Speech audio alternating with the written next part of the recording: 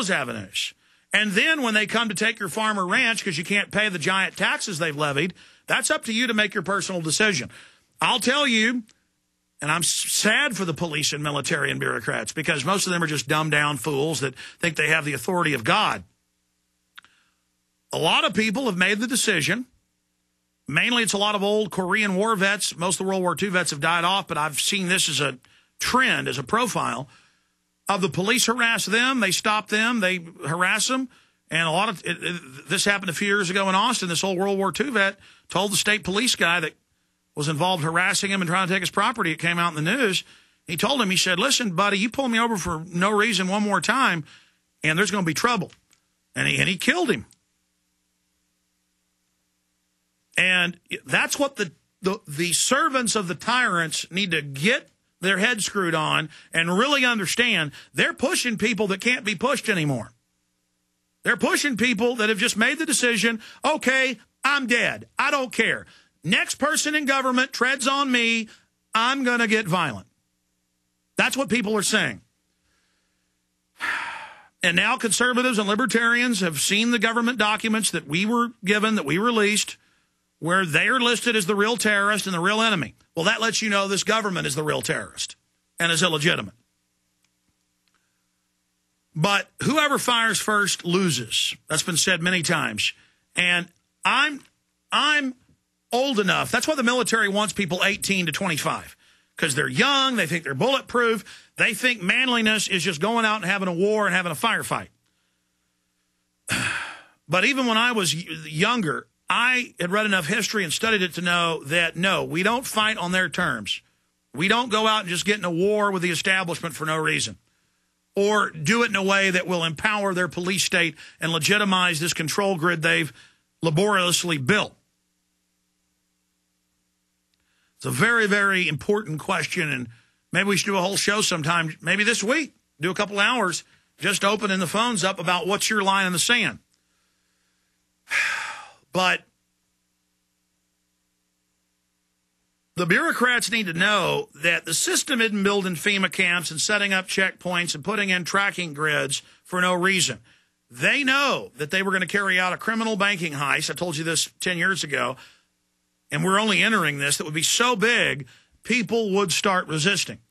That's why they take select cops from all over the country and fly them to different G20 events and other globalist events and have them attack old ladies with police dogs and sound cannon populations, and they send sound cannons to menace tea parties in San Diego because they're gearing up and getting their people ready and trained to engage the population. I think if we have a real war, a real guerrilla war, and of 150 million gun owners, only 1% decide to go out and only engage people one time, that's 1,500,000 dead cops. That's half the cops in the country dead in one day.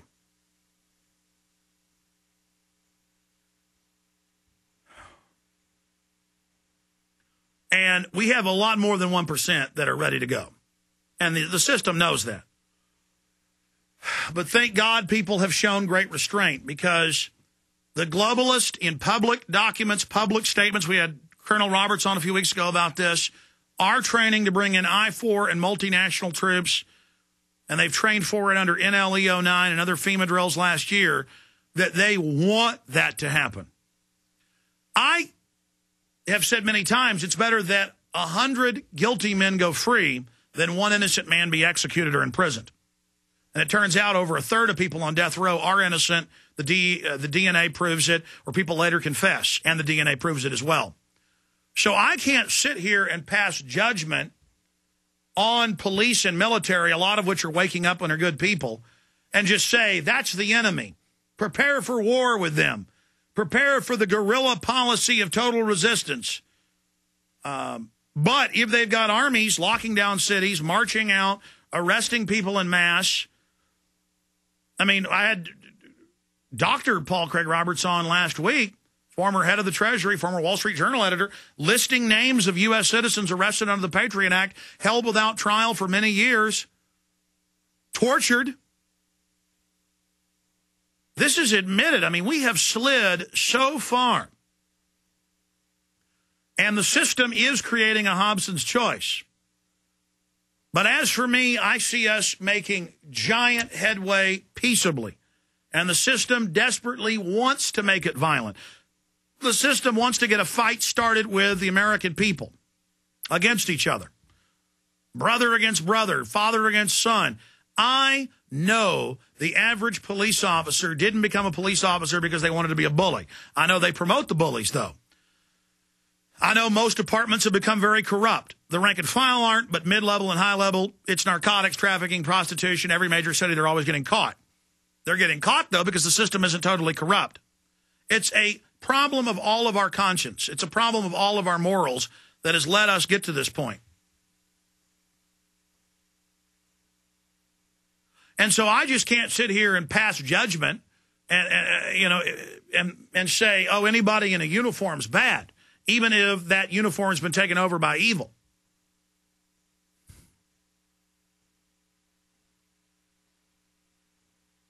And this country still has a lot of freedom. It still has a lot of good people in government. There's a reason I'm still on the air. There's a reason I haven't been killed. There's a reason. God's protecting me, but also there are a lot of good people in the system, and they're finally waking up like the population. They're just like everybody else. So the globalists are in a race to start a shooting war. You know, we don't have a big staff, and that's why I try to raise money here. I probably need to have 4 or 5 employees that just sit there on the message board in the comments banning people and restricting people.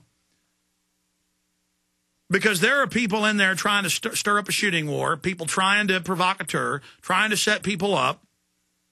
And when we have done spot checks of their IP addresses, it'll be the same 15, 20 people. They come on shifts, IPs for 8 hours and another IP for 8 hours. They're running several shifts a day. And their IPs go back to proxy server blocks. And then we've got other tricks we can do where we can tell that's going back to government and corporate servers. The government is on Infowars.com and PrisonPlanet.com trying to get people to talk about killing and saying Alex is a wimp, Alex isn't tough, Alex isn't out calling for war. They're feds. Now, I told you Hal Turner was a fed.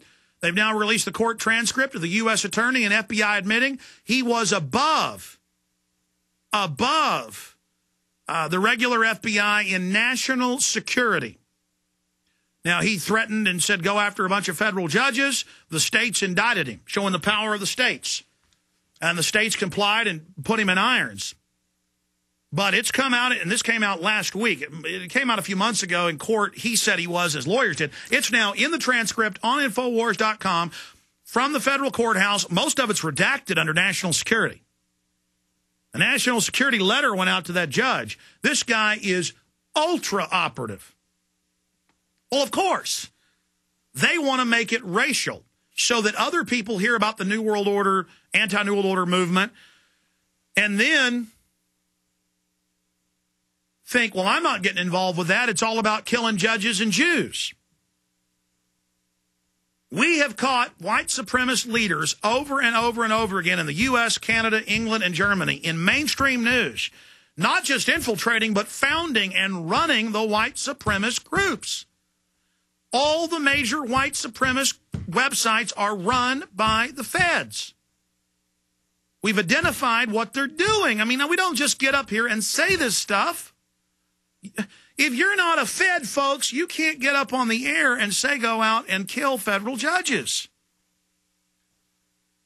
He did that for over a decade. The feds are in court arguing for him at national security level of the FBI, saying he is an agent. And they're trying to get him off right now quietly. This is a big embarrassment. Every few months I see articles. They had a big one last year out of the Orlando Sentinel, where the founder of the big white supremacist group and the guy leading it's FBI informant. It's all run by them. And notice the biggest group attacking me, telling all these lies, making things up about me, manufacturing completely fake, made-up garbage, saying I work for Israel or I work for the Pope or I work for this or that. I don't work for any of those people but Alex Jones and the Constitution.